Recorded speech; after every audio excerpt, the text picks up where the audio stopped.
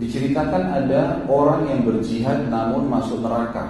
Siapa orang yang berjihad namun masuk neraka? Apa alasannya dan mohon penjelasannya. Hadis Bukhari menjelaskan kata Nabi SAW, 3 orang yang paling pertama dihisab hari kiamat dan paling pertama masuk neraka. Orang yang pertama adalah orang yang berjihad di jalan Allah. Yang paling pertama itu, di jalan Allah.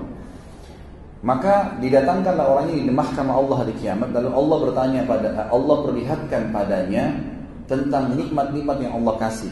Keberanian, dia masuk medan perang, dia membunuh musuh, dia takbir, semua diperlihatkan. Lalu dia lihat, dia kenal nikmat itu. Lalu kata Allah SWT, apa yang kamu lakukan dengan nikmat yang saya kasih ini? Keberanian yang ada, peluang untuk masuk di jihad, kamu bisa membunuh musuh, itu luar biasa. Apa yang kau lakukan? Dia bilang, ya Allah, tidak ada kesempatan untuk berperang di jalanmu kecuali saya lakukan, dan saya kerjakan itu karena kamu. Kata Allah, kamu dusta. Kamu berperang agar kau dibilang pemberani, gitu kan? Maka kata Nabi SAW, Allah pun berfirman pada para malaikat, saya lihat orang ini lempar ke neraka. Jadi memang jihad nggak boleh, ibadah.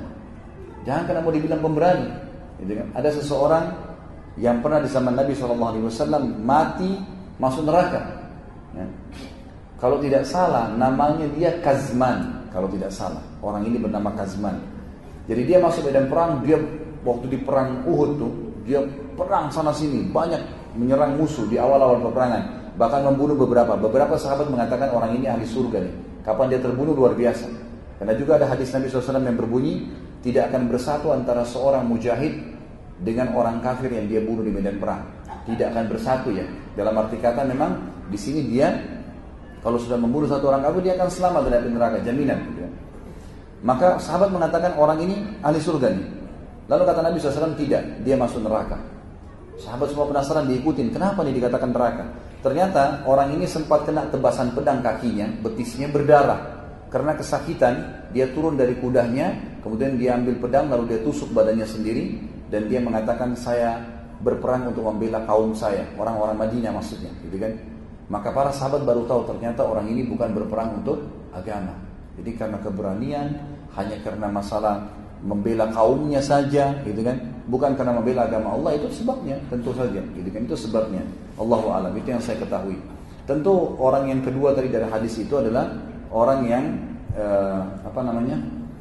diberikan Al-Quran, lalu dia membacanya, dia menghafalnya, lalu ternyata dia membaca kata Allah SWT, apa yang kau lakukan dengan nikmat yang saya kasih, hafal dan membaca Al-Quran? Dia bilang, saya baca karenamu ya Allah. Kata Allah SWT, kau dusta, kau hanya melakukannya agar kau dikatakan qari dan hafid, gitu kan? Dan sudah diucapkan itu, masukkan ke dalam api neraka. Orang yang ketiga, Allah yang kasih, Allah karuniakan kepada dia harta, dihabiskan di jalan Allah berinfak, lalu Allah datangkan hari kiamat, dilihatkan semua nikmat pada saat dia bersedekah. Lalu kata Allah, apa yang kau lakukan dengan nikmat ini? Dia bilang, saya bersedekah di jalanmu ya Allah. Kata Allah, bohong, kamu bersedekah agar kau dikatakan orang yang ringan tangan atau pemurah. Maka dilemparkan ke dalam api neraka. Allahu a'lam.